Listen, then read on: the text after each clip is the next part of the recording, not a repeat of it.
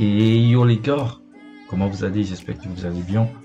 Et moi je me vois très très bien.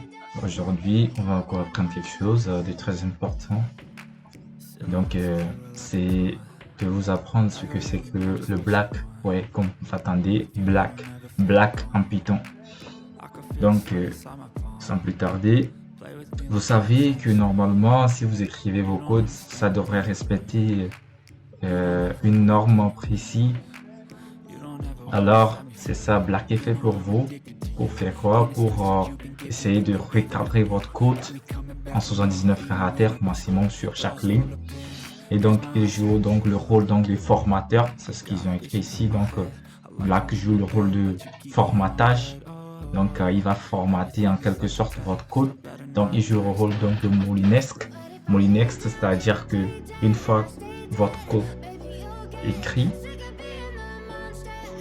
passez Black à votre code et ensuite vous obtenez un code qui est bien structuré, qui respecte les normes.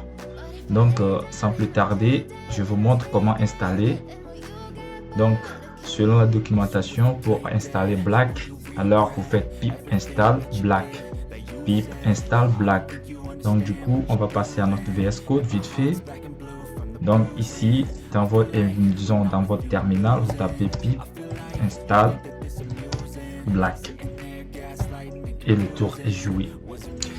Alors moi, je l'ai déjà, donc je vais pas passer mon temps à réinstaller pip install Black.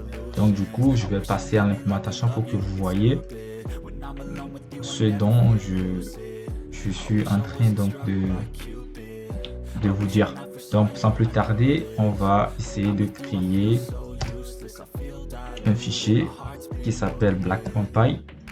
Black.py, voilà. Tac. Donc vous voyez, on va copier.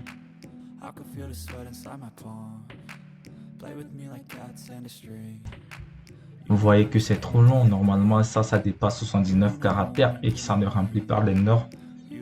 Donc on va essayer de reformater. Donc on va passer notre molinesque qui s'appelle Black et vous allez voir, c'est comme de la magie. Donc on fait Black, donc de Black.py, c'est-à-dire Black c'est votre molinesque, donc vous passez votre code dans Black et donc Black.py c'est notre code, nous passons Black.py dans Black.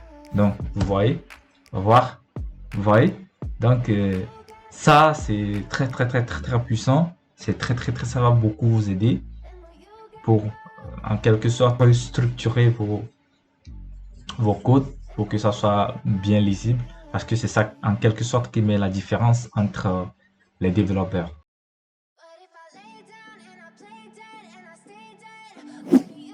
Alors les amis, on va continuer. J'ai aussi une astuce que je vais vous montrer.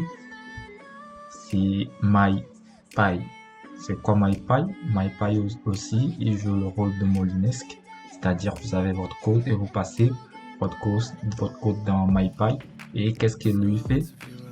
Lui, il va en quelque sorte corriger votre code. C'est-à-dire qu'il va corriger votre code. Si votre code est erroné, il vous dit attention, votre code est erroné. Vous voyez? Donc, imaginons ça, c'est correct. Et à la fin, je mets un truc comme ça. Donc, déjà, pour normalement, à vue d'œil, tous nous savions que ça, c'est pas correct.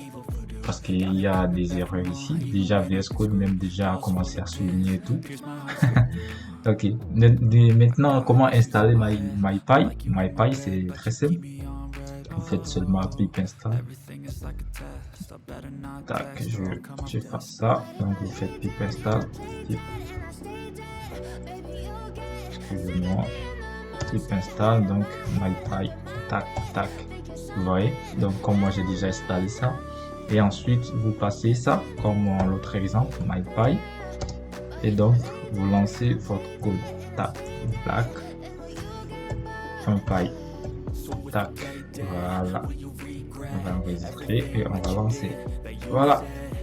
Found one error in file. Donc du coup, il a trouvé une erreur dans notre algorithme.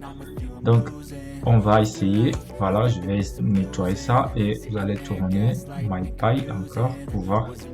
Tac. Ah, succès. Donc vous voyez, donc du coup, après avoir codé tout ça, vous pouvez passer une moulinette à votre code pour voir effectivement ça marche ou pas avant de lancer le débugage. Imaginons que vous travaillez sur des projets dont vous ne pouvez pas à chaque fois lancer votre code comme ça parce que ça doit prendre d'énormes ressources et tout. Alors, je crois que MyPy c'est conseillé pour vous. Voilà. Ok, merci les amis, c'est tout ce que j'ai à vous montrer aujourd'hui. C'est peu, mais bon, voilà. N'hésitez pas de vous abonner.